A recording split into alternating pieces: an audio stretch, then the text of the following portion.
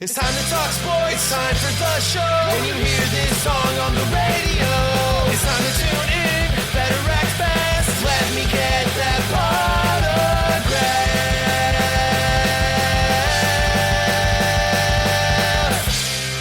Potograph. Potograph, Sports Talk Radio.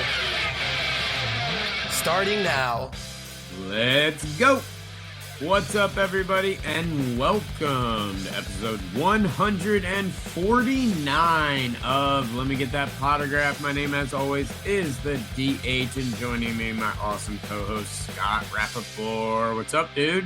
Oh, just getting back after an unexpected week off. Things happen. It's that time of the year, and it is what it is. But you know what, Drew? We got a big, long, exciting show for everybody today. That we do. Like you said, had to take a week off. My apologies. We've had some major issues in the family, but, we're keeping our heads up as much as we can. But like Scott said, there's a ton of stuff that's been going on since we've been gone, like the song says, and we will definitely be covering all of that today. And guess what, Drew? You know what it is? What's that? It's June. And you know what June is, right? It's Pride Month. Yep. You know what we talk about in Pride Month? We're talking about rainbows. Oh, we talk rainbows. And I'm not talking about the Eric Cartman, right. Type, rainbows. Don't stay with rainbows. We are talking about, and this is very well timed because Prism football just came out. Yes. And Prism is a huge, and for those of you that don't know, for those of you that knew, or that are new, a rainbow is when you have every single color variation of a single card. So, you have the base, you have the silver, you have, all the different colors, all the way going up to the one-of-ones. Which that's my collection. Any card that I collect for my PC that's not like a high-end rookie, that's my collection, is building rainbows of certain players. I have a massive, and I just completed one, the 2021 certified rainbow for Robert Covington last week. Yeah, so I believe that's my 7th complete rainbow, including the 1819 Prism rainbow, which we will touch on in a moment, because we're getting out now. Rainbows used to be easier, I guess. Maybe not. I mean, there's always the one of one is always a tough chase to complete. So there can only be one true rainbow. Now, there can only be one true rainbow from like 2005 on. Yeah, you're jumping ahead of me. You're jumping ahead of me, man. So we all know I'm a numbers guy. Yes. And 2021 Prism came out. And the first thing I do when I look at the checklist is, let's see what Panini did to boost the number of color variations that are out there. And you know what that means too, right? The more color variations that are out there, the more boxes are printed, the larger the print run of the product. Absolutely. Now, in all of my numbers, when appropriate, I am also including, I'm not just the hobby, but, every product variation, including all the retail stuff and the white sparkle. All right. Because, again, that's part of the rainbow. You have to have the white sparkle to have a true complete rainbow, which we all know is not available in the hobby packs or the retail packs or the no huddle packs or, whatever variation you want to call it. H2 hybrid. 24-17 Omaha, the Fanatics, that kind of stuff. So 2021 Prism just came out, and for football, we'll get to basketball later, they are up to 44 Are you kidding me? Color variations. I have not looked at that checklist yet. That is absolutely insane. Like I mentioned it. That's nuts. I mentioned last year it was too big, but wow. Last year, and I ran back some numbers. Yeah. So I didn't do every year, but I did, did some big jumps. So let's go back all the way to the first release of football. 2012. Yep. There were 7 color variations, including a pylon 1-of-1, which I think was a Panini auction. It was a Panini online auction, and they were and it's the first 1-of-1 I've ever seen that was absolutely hated by collectors. I really want Panini to bring the pylon colors back because I love it. It's got like this orange hue on a silver prism. So Jeff, if you're listening, please pass that along to product development. But anyways. Jeff's always listening. We know that. Jeff's going to be banging his head against the wall as we're sitting here ripping on this. He'd agree. He'd agree. But this is not. But here's what I'll tell you. So the past couple of episodes, we talked about, the 70th anniversary Superfractors that Topps did with Formula One. We talked about Sterling, how the math doesn't work. This is not one of those types of episodes. But let me just kind of move on. So 2013, it moved up from 7 in 2012 to 13 in 2020. All right. Now I decided to skip a couple of years. I went to 2018. It was a popular year. 23 color variations. 2020 had 40, and 2021 obviously now has 44. Yeah. All right. And look at where those came in. 2018 started the big boom. So we're up to 44, which I think is absolutely ridiculous. Now, let's jump over to basketball. Sure. All right. 12-13 was the first year of Prism basketball, and they had four variations, and there was no 1 of 1. The lowest print run card they had was the gold numbered to 10. Yep. All right, which is why everybody's freaking out about hitting a gold out of 10 out of 12-13 Prism. All right. So that was 4. 13-14, they went to 12. 14-15 jumped to 18. I skipped a couple of years because 18-19, this is the one that I've got the rainbow of, 38. Yeah. With there were 2 1 of 1s. Actually, 2017 had 2 1 of 1s also. Right. 2018 was a little bit different because 2017-18 was the black finite 1 of 1 and the first off the line 1 of 1. Yeah. Now 18-19 they switched first off the line. There was no 1 of 1. There were 3 different colors numbered to 7. Right. But they added, that was the year they added choice. Exactly. So you had the Nebula 1 of 1, which is I love those. I think they're really cool. Right. Then from 38 and 18-19, 19-20 went up to 41.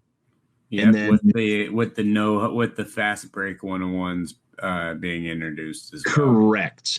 And then 2021 they jumped up to 46, adding back in the first off the line 1 of 1. So now there are 3 1 of 1s. Yeah. As part of that. And this is getting out of hand. Now you got to assume they're going to pass 50 when basketball comes out. They're going to pass 50. They 18-19 to 19-20 they jumped 3. Yeah. But then they jumped 5 to 20 and 21. Yeah. And when 21-22 comes out, I haven't seen the checklist. I don't know what the variations are going to be. I don't know how they could possibly have they've run out of colors. No, because they can just take what they'll do is they'll just take another color and add whatever wave they haven't had a color to, or put the X factor or their power in. They'll find a way. Trust me. I'm gonna go out on a limb right now. Basketball will have 50 plus parallels for Prism, and if 40 whatever you said 44 this year, whatever it is for football is absolutely absurd. You literally need a binder to collect a rainbow, when the whole purpose and the reason that got me collecting rainbows and the big chase and the big reason for getting rainbows is to display them. I have them on my wall. I have custom frame jobs done for rainbows. They're not meant to have an entire binder just to look through it. That's what here's the thing. Well, Drew, here's the thing. You don't need an entire binder. What you need is a display piece from Show My Slabs. Well, yes, one that covers your entire wall. Yeah, but that's fine. They'll build it. Well, of course they'll build it for you. Shout out to Corey and our boys over there. Of course they will, but you shouldn't have to do that for a rainbow. Yeah. Oh, and that's the whole reason I even brought that up was just because they're sponsors of the props, show. Yeah. Sponsored and give us a props. Got a great product, but they can do it now. Yeah. And you're right. The whole point is to display it. Now, this has gotten out of I love a challenge. Me too. I love the hunt of hunting down the rainbows and things like that. When you finally find that elusive out of 5 or the 15 that never pops up, it's a wonderful feeling. Yeah, exactly. Awesome. And I will say there are some rainbows, like the certified rainbow I just completed from 2021 basketball. It's like 7. Right. It's just well, actually, I shouldn't say it's just Prism because Select is even worse. Oh, no, I know. It's It's chromium stock products across the board, Topps and Panini. Topps is huge as well. It's getting bigger, but no matter what product line it is, Select, Optic, Hoops Premium Edition, whatever it is, Optic Mosaic, it doesn't matter. All of those chromium stock products are the ones that have the massive rainbows. Topps I think is reasonable with this because Chrome, I didn't look up the numbers, but just doing the math in my head, like with the different Bowman Chrome variations and things like that, there's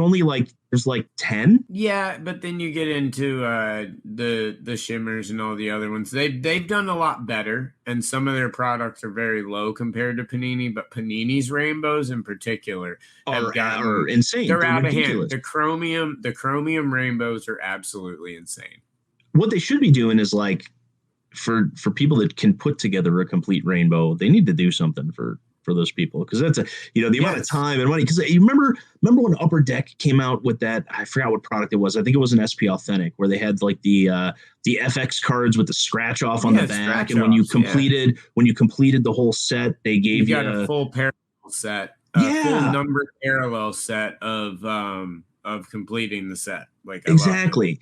Panini needs to do something like that without the scratch offs because obviously with the 101s, the rainbows and things like that, there's got to be something where it's like, hey, bring your rainbow completed Prism or Select rainbow to the Panini booth at the National, and we'll give you it's a white box.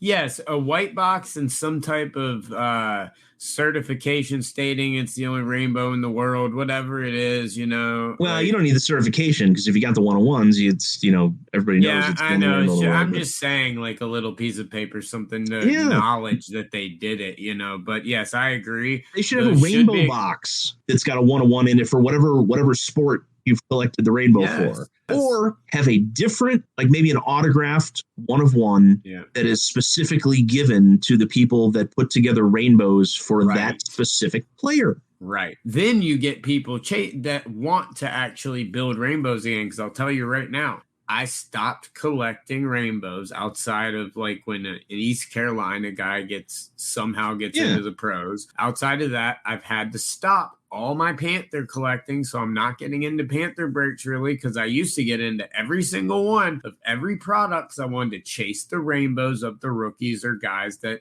finally had a card in there. I'm not doing that anymore. I'm picking the colors that I like, color matching stuff, and that's it because they're too big. You do something like that, I'm chasing rainbows again in a heartbeat.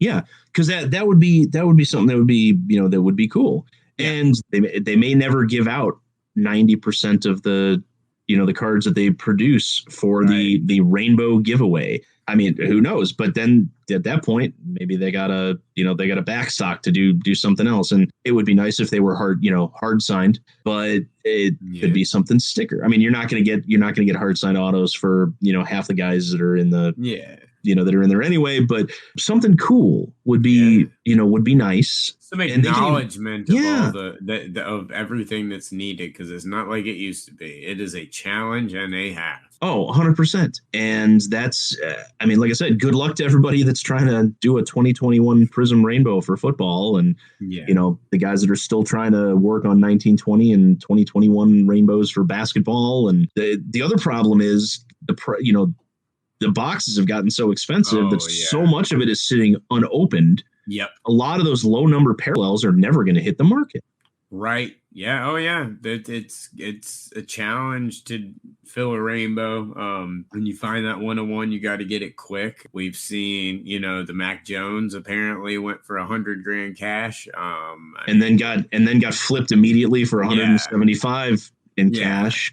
I mean, it's obvious why people are sitting on them. But like you said, the more that sit, the more 101s that are still in there. And now, wasn't that was the autograph Mac Jones 1-of-1 though, right? No, it was a non-auto. Oh, it was the non-auto. Okay, because there's an autograph 1-of-1 sitting out there too. Yeah, and typically the autograph rainbow is different from the non-autograph. Oh, big rainbow. Time, yes, with parallel numbers, numbering and everything. Yes, there's not you can take out a lot of retail colors. You can take out a lot of some choice colors. You can take out a couple of different ones from every single side. So, but it's not part of the, like, if there's an autograph variation and then there's the base, and then all the colors, typically the rainbow will only consist of the base and all the colors, or if you're doing the autograph rainbow, just the autograph variations. Right. So I don't know. Good luck.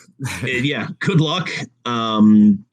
For those of you that complete it, please let us know. I'd love to see one completed. I know someone will do it, so let us know for sure. Send us a pic. We'll shout you out on the show and everything. But Scott, speaking of rainbows, every product that comes out this week, or every product that comes out, period, you can build a rainbow. Yep. Well, we'll slide away from Panini and slide over to Topps, and Topps announced this week another set that has quite a few parallels and a nice rainbow that collectors like to chase, and that would be Topps Series 2, and everyone was so excited about this product. Because, look at the possibilities. Yes, we talked about it when the baseball season started. Hey, Series 2 is going to be fire, and it's going to have Julio Rodriguez and Torkelson and even Stephen Kwan and the Bobby Witt Jr. and even Suze, who I do Hobby Hotline with, she put out a tweet. She worked at Topps for a long time. Even she said, "I've never been so wrong about something at Topps in my life." No, I have never been so. Look, and Topps has these guidelines in place. Like, if the player is up on opening day, and if they play their first game before X date, they make it into Series 2. If it's by a later date, they make it into update. But you know what we have in Series 2 that I'm so excited about, Drew? Nothing. No, there's another Wander Franco base rookie. So, yes, that's exactly what we needed. Thank God. Thank you, Topps. We needed it. I had all these high hopes when Fnatic took over, bought Topps. It's like, oh, sweet. All right, cool. I know. We'll get to, they'll put the money behind it and all that stuff. And no, the flagship products, rip on them all you want because they're, they're lower end, they're base type products. They're designed for, the true collectors, the set builders, the, guys that want to go out and rip and have fun and, occasionally pull a decent hit. Right. But so much of it gets printed every year. So much of it gets sold every year. Yeah. And everybody was looking forward to Series 2 with some decent rookies in it. Because look, let's be honest, aside from Wander Franco, Series 1 didn't have crap.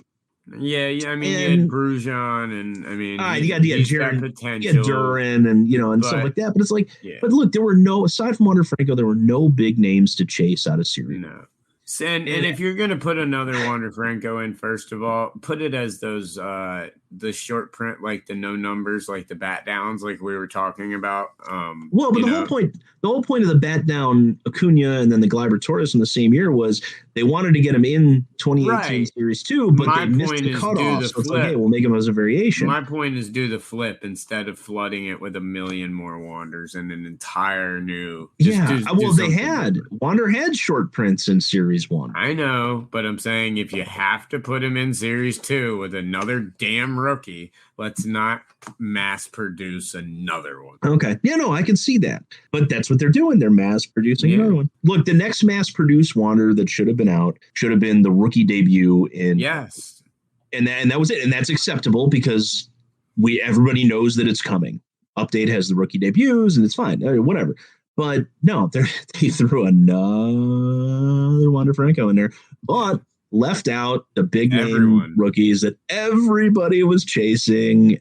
And there's one other good rookie, and that's it. And that's only if he pans out, but or at least on the checklist. But I've got two questions for you relating to this that I was thinking about. So Topps put out a statement a couple of weeks ago about the production issues and how it has had a massive setback in terms of getting products out on time, what they've been able to do. everything along those lines. Do you think that was kind of a statement preparing people for Series 2? Because also remember, these products, the lead time on this is a long time, especially for the flagship stuff, because you got to print so much. Yeah. The lead time is massive. So they may have, this checklist has been in the works for a very long time, where we did get a lot of surprise kind of call-ups to start. We talked about that maybe they thought there was no way that they'd be there, even though they bend their own rules all the time now. So it doesn't really matter. But do you think any of that had to do with it? Because that's kind of what I see. Possible. And I don't think Fanatics had much to do with Series 2 yet. So it's possible, but we've got to look at a couple of things. We know that the veteran players, the designs and all that kind of stuff, those get done really early. And they hold, they hold a couple slots, a bunch of slots for the rookies that they want to put in there. Yeah. So the printing and all that kind of stuff. And again, with the printing, it's a lot faster and easier to print the, flagship type product than it is to print Chrome. Right.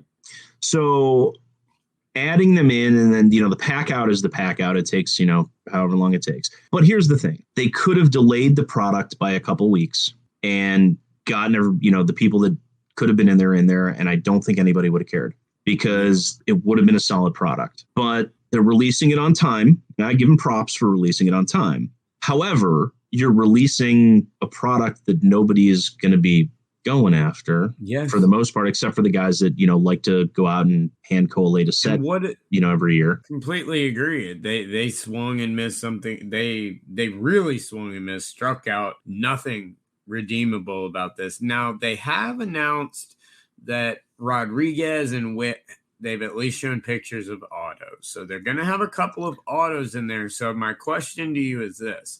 Do you think they're sneaking a couple of those guys in as short prints? So I have not seen the short print checklist. They haven't released it. They haven't exactly put that out. I think that's a possibility, because remember back in 2018, Acuna and Torres were not announced. Exactly. They were just like, ooh, Acuna's in there, cool, and everybody started buying the product like crazy. Actually, everybody was buying it like crazy anyway, because that was Ohtani's. I could kind of see them, but I could kind of see them doing this, and I think I pray that that's what they're doing with Series 2, because if that's the case, all of a sudden it becomes a massively desirable product. Yeah. And you have, one of the three guys with Rodriguez and Torkelson that, might have short prints in there. And I think it could be it could become a chase product. I didn't even think about that. I mean, that's what I'm thinking. Just when I saw the autos, I thought, okay, they've got autos in there. So they've made cards. They better have at least made a base card for a short print, unannounced short print, like they kind of like the Vlad and everything when he came out. That was I forgot. Yeah, they did that. They did do that in 2019 with the no numbered Vlad. That was unannounced, and so they could do something along those lines and make Series 2 collectible. But I mean, you're running a very, very thin rope here, because you're turning a lot of people off of the product before you release it. Yes, you showed some pictures of autos, but 90% of tops and the real reason of making this product isn't for the hobby boxes. It's for the retail aspect, and people know they're not pulling those retail autos of those guys. So the picture of the autos does. Although two huge one-of-ones earlier in the year both came out of retail product. Yes, they did. The Wander Franco 101, and actually I think it was the Wander Franco Bowman paper 101 came out of a blaster box. Yeah. So those came out of retail products. So I can see them putting. There are autos that pop up in retail. Oh no, I put them all the time. You know what I mean, though. Like Series 1 isn't meant to chase autos. So putting those autos up there, that's cool. But it did make me think. Okay, maybe, just maybe, they hold out and they put them in as some super short prints, some unannounced, no numbers, or something along those lines to continue a trend we've seen the last couple years. Because when I saw this checklist, circling back to the beginning, when I saw this checklist, I just thought there's no way they can put this out and think this is a good product, because And the last thing I want to touch on this is they better have him in there, because what's this going to do to Chrome? I mean, Chrome update are going to be the way to go. Well, no. So here's the thing with Chrome, though. Let's look at 2019. That's a good year to look at Chrome. Actually, no, and we can even look at 2018. Acuna had a base and a base auto in 2018 Chrome. You didn't have to wait for update. 2019, they did the 4 additional cards beyond the typical 200, which was a whole nightmare in and of themselves because they were all cut short. And, I remember when it was released at the National, nobody wanted to grade them. They all said they were trimmed and things like that until Topps came out and said, oh, no, that's, I announced it on my show on the main stage, and that was the first that anyone had heard about it. And as soon as it happened, it went crazy. Yeah. And it was a little bit nuts because I remember that National was in Chicago, and I remember, I remember standing there talking to Jeremy Murray from Beckett when the whole thing, came down about that, and he's like, this is gonna be a nightmare. No, but Chrome's not gonna be affected by it because they, in the past there have always been those guys that have made it in. Yeah, Chrome, they've manipulated it. Now, 2019 though, remember the Vlad, even though it was no number on the card, I don't think it was short. It was. No, I don't think it was a short print at all because those things were popping up like crazy. It's shorter printed than most, but it's not a massive short print. It would be the year before. Right. It would be a SP and not anywhere near the SSSPs that they have now. It was definitely on the SP side of things, if anything. Yeah, but I think it was a higher print run than your typical SP. Yes. So it's, it kind of like in the middle. It reminded me a lot of the, and this is going back a while, the 2008 Allen and Ginter Kosuke Fukudome. Yeah, there you go. It supposedly was a short print, but those things were popping up like crazy. That was the first card I ever graded. Nice. Yeah, and then the values dropped because he sucked. Yeah. And I still have it. So at this point, it's like I'm not getting rid of it because it's not really worth anything. But yeah, first card I ever graded. Well, I'm holding out hope that we at least get 1 or 2 of the many, many deserving players. I'm holding out hope that they're super short prints or some type of unannounced part of the set. Otherwise, Topps laid an absolute stinker with Series 2, man. Yeah, they this might be worse than Amber Heard taking a crap in Johnny Depp's bed. This was this is bad. So this would be top Series turd, not Series 2. Exactly. That's what the 2 in Series 2 stands for. Yeah. It's not Series number 2. Well, they definitely dropped the deuce with Series 2 on this with this release. I can tell you that much. And I think that's a good place to transition to a new topic. I would agree. Well, and on that note, we did have some other news. I told you guys we had a jam-packed show, and so much has been going on lately. But if you'll notice lately in the last, actually, right after the mint, I told you guys that Beckett was going to be having. They had managerial transitioning and everything. Kind of dropped that news. Told you that it was confirmed and everything, and for a while Beckett had been silent. They have been complete radio silent forever, it seems like now. And yesterday an announcement has finally been made. If you go to search for Beckett now, you will not find them under Beckett. You will find them under Beckett Collectibles, as they have finally made the announcement that they have got a new man in charge. And Scott, I kind of mentioned it before, but this is just ridiculous to me.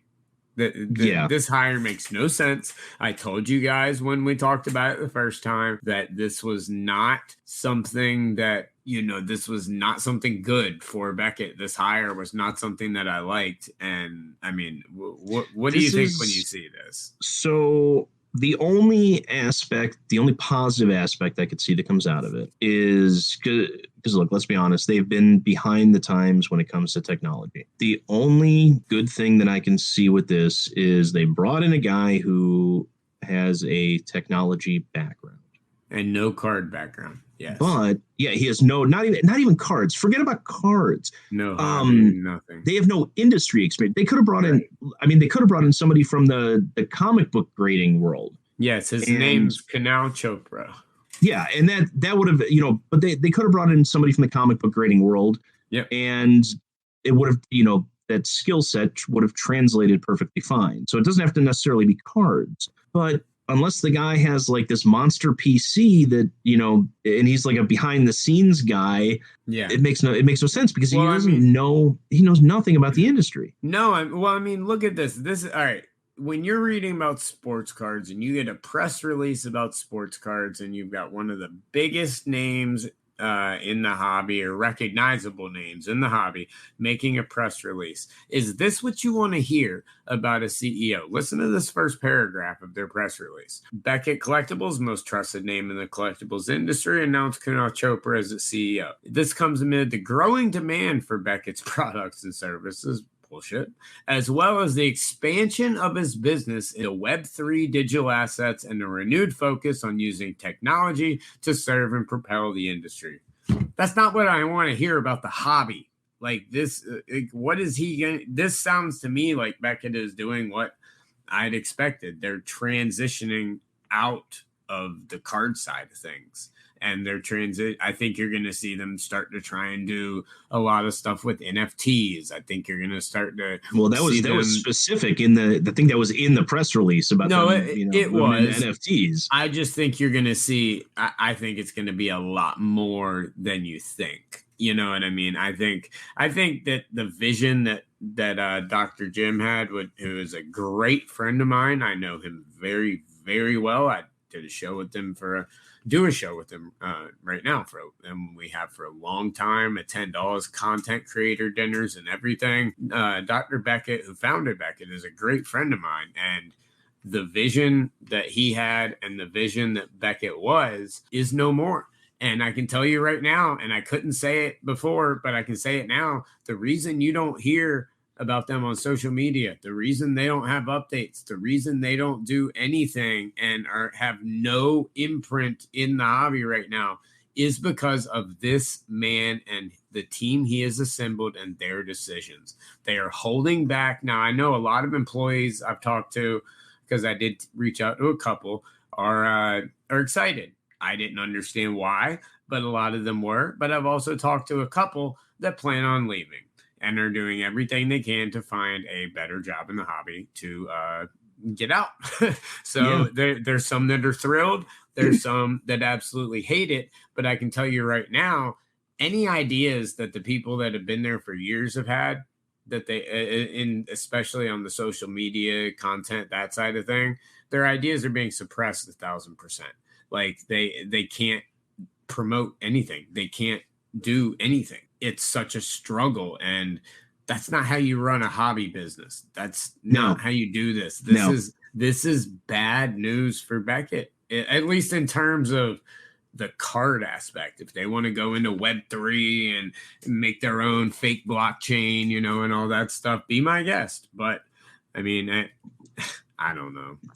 I tell you right now, Dr. Beckett is rolling over in his grave right now, and he's not even dead yet. Exactly. I mean, this is a complete and total joke, and honestly, it's an embarrassment to the behemoth and the legacy that he left behind. Like, to me, it's a disservice to a friend of mine. So I kind of take this personally, and that's why I'm getting a little wound up on this. Like, I've not always agreed with everything Beckett's done. I didn't agree with everything that Beckett did when Jim was there. He knows that. And he would agree that he doesn't agree now with everything he did. But when you do something like this, you're basically tearing Beckett down and trying to completely start it up. I mean, you're even looking at the press release. If you read into it hard enough and talk to some people that I've talked to, they're talking about doing another app like a card ladder or something like that as well. Yeah, like we need another one of those. I mean, but their price guide has not been relevant in years. Right. And it looks like they're trying to get that back in a digital aspect of things. And they need to be focusing on the grading, the authentication company that Steve Grad and Brooke Francisco, who now works in grading, but Steve Grad and Brooke literally developed an amazing authentication program out of nothing, the two of them. And do you hear about that anymore? No. Do you hear about any of that? Absolutely not. Do you hear about the grading and everything? No. You don't hear about any of it all. They suppress everything. This company is suppressing everything. And you can put out a press release. You can make an ugly new logo, honestly. And it doesn't change anything. And all it does, honestly, is make it a lot worse. And sorry to go on a rant and get on my soapbox. I'll get off now. But stop disrespecting Dr. Beckett's legacy. This is directly comparable to Nat Turner buying PSA. And except for he turned it around. Well, no, but that's the thing. You have a on one hand, a company that, and now granted he bought the company. It's not that they brought him in, right? But you have the new guy coming in and taking over, who granted didn't have any experience running a company within the hobby, but he had massive experience as a collector and knew from a collector's standpoint, this is what people want. Yeah. And now you've got the other side of the coin where somebody's being brought in that does not know the hobby, does not have experience that we know of, in the hobby. Everybody would have been cheering this if, this guy was, I don't know. I'm trying to think of a big name other than Nat Toledo. If they brought in Steve Aoki, who has a ton of experience as a collector, not so much maybe on the business side, but let's say they brought in Steve. Okay, as a collector, Steve would know what the people want. Yep. I'm not saying he's the right guy. I was just trying to think of a big name, name collector who's not on the business side of it. Yeah. And I think that would have been a better choice. No, 100. I completely agree. I couldn't believe it when I saw it or when I heard about it. I've been holding this in for a while. I'd been waiting for the announcement so I could really talk about it because I couldn't talk about it before. But this is just a complete and total joke. And like I said, massive disrespect to the legacy that Dr. Beckett's left. You guys better turn this around, and you need to hire a real team and stop holding your amazing social media team down. They have a good team there. To be suppressing their ideas is the dumbest thing you can do. So I'm going to leave it at that. Okay. It's time to go pay some bills. We'll see you after the break. And welcome back, everybody, to episode 149 of Let Me Get That Potograph. And now it is time for the segment that is still taking the nation by storm. You know the deal. It's time for movers and shakers. All right. And Drew, I just want to point out that last show we decided not to do movers and shakers, and we did the What Am I Buying segment. Yes. We are never doing that again. Nope. Never. Because after bringing up Miguel Amaya, all of a sudden, like literally the day after the show dropped, his stuff started selling for like 2.5, 3 times what I was paying for it before. I know. Did not realize that we had that much influence on things. So never again will we be doing the What Am I Buying segment. Because I still want to buy my guys cheap. I was about to say, if I do, it's going to be a guy I'm almost done buying. Yeah, so we're gonna hold off on that segment for a while and bring back the traditional movers and shakers. Yes. And today I got a guy. I have no idea how well this guy's playing. I don't even know. Don't even care. Okay. Because I like the guy solely because of his name. Oh, wow. All right. 2022 Bowman first prospect. Oh, I know. Junior San Quentin. Yep, I thought so. The dude, I'm telling you, the guy, he sounds like a juvenile detention center. Yes. I mean, I can joke about this guy all day. I just looked him up. He actually sells pretty well. He, born in 2002, signed by Cleveland in 2018, and in 2022 is finally getting his first Bowman card. So he's, a year or two behind, where he should be. And he is the number 20 prospect according to the back of the card. So this is a guy that it's one of those where it's just funny to laugh at. And, we don't make fun of people because of their names. And yes, the guy is not from here, but I'm pretty sure that in the Dominican Republic, they are aware that we have a major prison in the state of California called San Quentin. Right. And granted, you can't change his last name, but why name him Junior? Yeah. Please tell me why his parents made that decision, because this guy will forever be known as Juvenile Detention Center. Yes. And I am going to be picking up as much of that as I can, just because it's funny. And, things really don't have, I really didn't have a good choice for movers and shakers this week. So I like that though. Might as well bring in some heroes. Who knows? Maybe this guy's going to be huge in the future. I don't know. I would say odds are greater that he's probably never going to make it to the majors, but you never know. Hey man, I love that pick for one reason, and that's because I actually collect different names, funny names, things like that, ones that crack me up. I have a nice solid collection dating back to all the way to, I think, the first funny name or whatever, and it's the World Smoker set, and it's the Pole Smoker. So I have it sitting on my shelf right now. I got a Pole Smoker. Yeah. It's a PSA 6. So I mean, I collect those cards. Yeah. I collect that type of stuff, and so things like that. Hey, that appeals to me. I have several cards of Dick Felt. I've got a couple of Rusty Hunts. Yeah, Dick Trickle. Yeah, that's all that stuff. I've got them too, and this will be another addition to the collection of funny names. World Be Free was another good one. Yes. All right, well, I'll reel us back in from the dirty humor that we've gone on to this show. But this week, my mover and shaker, unfortunately, I haven't gotten a chance to watch him because I'm not allowed to watch the games right now because every time I watch a game, we lose. But every game that I've not watched, we've won. So I've stopped watching the games. But that would be Avalanche defenseman Cale Makar. Cale Makar, 23-year-old defenseman. For my Avs, now I take into fact that the Avs have been my favorite hockey team since they've existed. So there's a little bit of bias here. But Cale Makar, 1,000% the real deal. In the playoffs this year, 5 goals, 17 assists, plus minus is plus 11. His career playoffs, he's plus 26 with 12 goals, 41 assists, 53 points.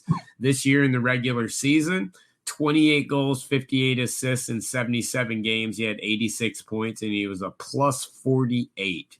This dude, he's only 23 years old. He's young. He's fast. He's a scoring defenseman. He's one of these new breeds of hybrid defenseman, offenseman. He's that defender that cycles the zone every time. Whoa. New breed. That's old breed. The scoring defenseman is old breed. Well, no, I'm talking about these Ray Bork and Bobby Orr. Those guys. But I'm talking about the new breed of guys in the league, like the new blood. Okay, like the new blood in the defensive area. He's the new. You just named 2 guys. No, well, but these are, you're talking about guys that led the league in a whole bunch of categories and things like that. That defense score all the time. No, they do. I play defense. I know, but Cale Makar's going to be one of those guys. He has the potential. I mean, he's going to be winning awards left and right. He's the main reason the Avalanche are about to win the Stanley Cup. As long as I don't watch the games. And he's a main reason the Avalanche just guaranteed that there will not be another Canadian team winning the Stanley Cups. 93 was Montreal. Yeah. 92 was Pittsburgh. You're welcome, America. That's what we do. Yeah. But I love Cale Makar. He's I guess he's a little small, 5'11", 187. Not huge, but you don't need to be big to be a defenseman. And I love this kid. His cards, his young guns are getting up there. You may want to wait until the off season to maybe pick some of them up when they dip a little bit. His cards are up there very heavily right now, but I highly recommend grabbing Cale Makar cards because he's going to be that Avs team is going to be good for a long time. And he is going to be one of the best defensemen every single year in the NHL for his career. Yeah, no, I would agree with that. He will eventually be a multi-time Norris Trophy winner. 1,000%. There's no question about that. Well, let me rephrase that. There's always a question because the kid could get injured, and next thing you know, he's never the same, or ends his career or something like that. But barring that, I could see him winning at least 2 to 3 Norris trophies, over the next couple of years. And it's good to see the defensemen are actually playing the way the defensemen used to play. Yeah. We went a long time without seeing high scoring defensemen. Yeah, and it's nice to see it again. Well, and another one of my favorite things about him, let's look, his plus minus is insane. Rookie year 12, second year 17, third year 48. But yeah, he only had 26 penalty minutes this year, and in 3 years he's had 50 penalty minutes. So he's not hurting your team. That's ridiculously low. Yes, Cale Makar, and for defensemen especially, like Cale Makar is a smart hockey player, and when you look at things like that and you go deep into his stats like that, you see a generational defenseman finally realizing this postseason has been a big boom for him, even when he's not scoring. I mean, he's out there all the time, and a big reason the Avs are there. And so I love Cale Makar, and if I'm anyone, I think he's going to be up there with one of the biggest names in hockey for a long time, as some of these other rookies have shown that they're just so, at least as of now. They could get better, but Cale Makar's there, and he's gotten better, and I just see him continuing to improve. So Cale Makar, and the biggest thing that Colorado's got going for him right now is that they are going to be extraordinarily well rested, because it looks like that New York Tampa Bay series has the potential to go 7 games. It's going at least 6 as it is right now. So Colorado's going to have over a week off before the finals start. So they'll get a chance to kind of recoup and recover a little bit, and they'll be fresh by the time that first game rolls around. Yeah, I'd like him to finish it in 6. I don't like too much rest, but I agree. But too much. I guess at this time the players wouldn't argue with me. But yeah, Cale Makar's my guy this week for movers and shakers. But if you want to get Cale Makar cards, last year and everything, it was pretty easy. You knew where you were able to get your cards from. Distributors, you could go to Walmart, you could get all that stuff. Wherever it is, one way or another, you could get it. But some pretty massive news, dude, coming in, at least on the top side of things when it comes to distribution. Topps has cut distribution by 50%, and it started now. This was a bit of a shock to me when I heard that. Yes. Starting with Series 2, if I remember correctly. Yes. What are you doing? I don't know. That's a good question, because the big guys, your blowouts, your David Adams, the really large hobby shops that have, direct, allocations, as well as just, access from distributors, plus the big breakers and stuff like that, are not going to be hurt at all. No. It's the small guys that are going to have to source their products from somewhere else. Now, this brings up another question. With a 50% cut in distribution, does that also mean there's a 50% cut in production? Well, no. From what my understanding and from what I was told, that the 50% was they were cutting it 50% to focus on D2C. So as opposed to distribution, that's going to be going direct to consumer, which is a little frustrating to me when you had Josh Luber doing his little mini tour, running around hobby shops, kissing everyone's ass, telling them that they're all golden and everything, and that they have nothing to worry about. And then you drop this. This wasn't a gradual thing. Hey, guys, this is coming. This is allocation that was already pre-sold. They know how this stuff works. Shops doing the pre-sales, they give them the rules to do it. So they let them do all this stuff, and then they literally pulled the rug out from under them after giving them the option to do that, because Topps, when they figure out their print run, they go around, they poll the hobby shops in certain different areas. They have their team, they poll, they get a feel on how many they should make, and they have their formula, and they do production runs based on that. Panini throws a dart at the wall.